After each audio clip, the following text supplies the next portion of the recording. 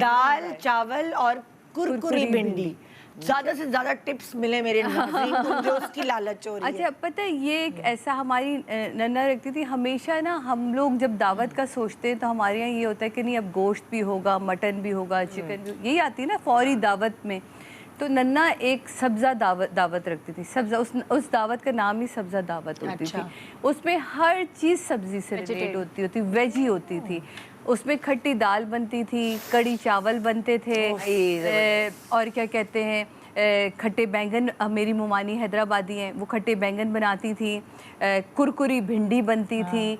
तो ये चीज़ें भी जो ना कि मतलब अगर हर वक्त आपने ये वाली दावतें नहीं, अब जैसे इस वक्त के हालात हैं, आप देखें महंगाई इतनी ज़्यादा हो रही है, बहुत से लोग ये सोचते हैं अच्छा हम तो अभी मटन नहीं मंगवा पा रहे, इतना महंगा हो रहा है गोश्त, तो आप ये वाली दावतें वाली चीज़ें करें। और ये इतनी करेले आलू को तल के, आप यकीन माने वो हल्दी ज़रा उसमें ज़्यादा डलती है और वो इतने मज़े के वाइट राइस के साथ लगते हैं। तो इस तरह की चीज़ें हमने बहुत सीखी और हमारे यहाँ आज भी होती है। यानी कि 9 रबीउल अव्वल को तो हमारे यहाँ सब्ज़ा दावत ज़रूर होती है और सब अपनी वन डिश लेकर आते हैं, सब अपने अपने घर से, कोई बाजी कढ़ी लेकर आती है, कुरकुरी ये। तो ये वाली चीज़ें जो है ना वो आज भी हमने अपनी उसकी रखी हुई है चीज़ें। अच्छा। तो उसमें जो मीठा भी बनेगा वो जैसे सूजी का हलवा, तो ये नहीं कि जिसमें दूध डल रहा है, कोई वो वाली चीज़ नहीं, सूजी का हलवा बनेगा जो पानी के शीरे से बनता है, तो वो बनेगा, या आटे का हलवा जो दादी की रेसिपी है वो बन जाएगा। तो ऐसी चीज़, जैसे अभी इससे ये बात की तो मैं यहाँ ज़रूर कहूँगी कि हमारी नन्ना हमेशा एक चीज़ कहती थी कि मेहमान तो अपने टाइम से आ रहा है ना, तुम क्यों झाड़ मुँह पहाड़ बैठी हो, उसको आने वाले को तो पता चले कि तुम उसके आने पे खुश हो।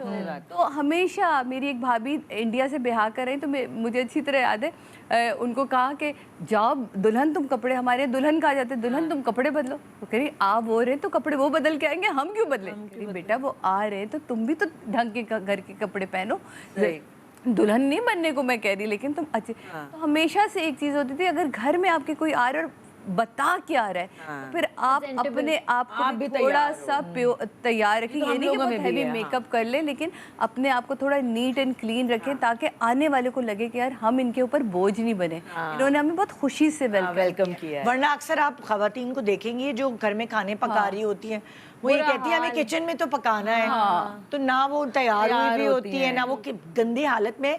तो आपको ऐसा लगता है कि आप मेहमान बन के उनके ऊपर गए हैं तो उनके ऊपर बोझ है। बेचारी सुबह से किचन में पका रही हैं, तो एक बहुत अजीब सा, मतलब लाइक मैं तो बहुत अवॉइड करती हूँ। जैसे हम खानदान भी मिल रहे होते हैं ना, जैसे सब मिलके अच्छा मेरी बहन के घर चले, तो मुझे होता है कि हाय वो बेचारी किचन में खड़ी होगी, उसके बर्डन, तुम लोग मेरे पास आ जाओ, तो मेरे पास हेल्प होगी तो वो पका लेगी। तो मतलब मुझे थोड़ा सा ये, वरना सबका दिल चाहता है कि आपकी दावत करे वो करे, मगर जैसे अब्बू क्या भी होता है, मैंने कहा यार मेरी भाभी पे प्रेशर आ जाएगा, वहाँ हैं तो खाना पकाने वाले, मगर जाहिर है फिर उसको सबकी आओ भगत करनी पड़ेगी।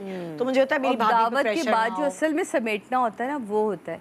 देखिए क्या एक और चीज़, मैंने अपने घर में कभी निदा कोई चीज़ फेंकते हुए नहीं देखी। कहते हैं ना कोई चीज़ बच गई या किसी इसको दे दो या वैसे दे दो सही, मैंने आज तक अपनी ज़िंदगी में मुझे नहीं याद पड़ता। बट इवन हमने सूजी के हलवे के आटे सूजी का हलवा जो बनता था वो भी बचे, उस तक अम्मी पराठा बना के दे देती थी। खीर का पराठा हमारे यहाँ बन जाता था, रबड़ी का पराठा हमारे यहाँ, मिठाइयाँ जो ये सलीका है ना, आप ये कि मैंने जो मिठाइयाँ आती थी ना, बहुत कभी होता है किसी ऐसे, अम्मी उसको ना बकायदा चूर करती थी और मिठाइयों को पूरे पराठे में बिछा के दूसरा पराठा, तो हम कहते थे आलू भरे पराठे की जगह आज मिठाई वाला पराठा मिल रहा है। तो मैंने आज तक लाइफ में मुझे याद ही नहीं पड़ता कि मैंने कोई चीज़ फेंकते हुए अम्मी को देखा हो। और हर चीज़ घर में हमारे बन जाती थी।